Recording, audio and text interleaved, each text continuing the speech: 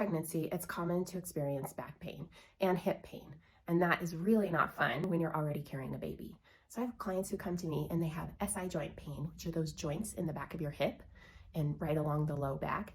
And they don't know how to move to keep from avoiding that. Now, a really important part with any kind of pelvic joint pain, which is SI joints in the back or the pubic symphysis in the very front, is that you want to try and keep a square stance as much as possible. Weight on both legs, no tilting of the pelvis, and no sitting cross-legged like I am right now. If you can do that, you will reduce the aggravation of those joints a lot, which causes inflammation, which causes pain. And then you need to work on your stability and your core strength.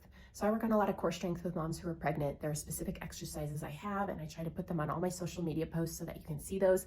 But keeping up that core strength in pregnancy and the glute strength will help reduce the amount of mobility in the hips, which will reduce the amount of pain you feel in the hips and the low back. And then including some light mobility and some light stretching in the low back and the hips. This will keep that pain a little more managed, and you can keep muscles loose so they're not aggravating each other. Once you hit third trimester, that pain can increase, partly because of hormones and partly because the hip muscles are actually widening so that you can give birth to a baby. This is very natural, it's very normal. Once you hit about 34 to 36 weeks, that really increases as those hips widen.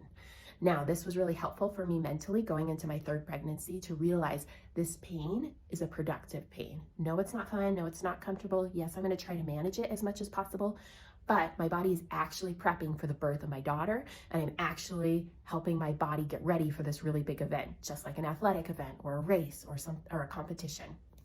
So having that mental attitude is really helpful.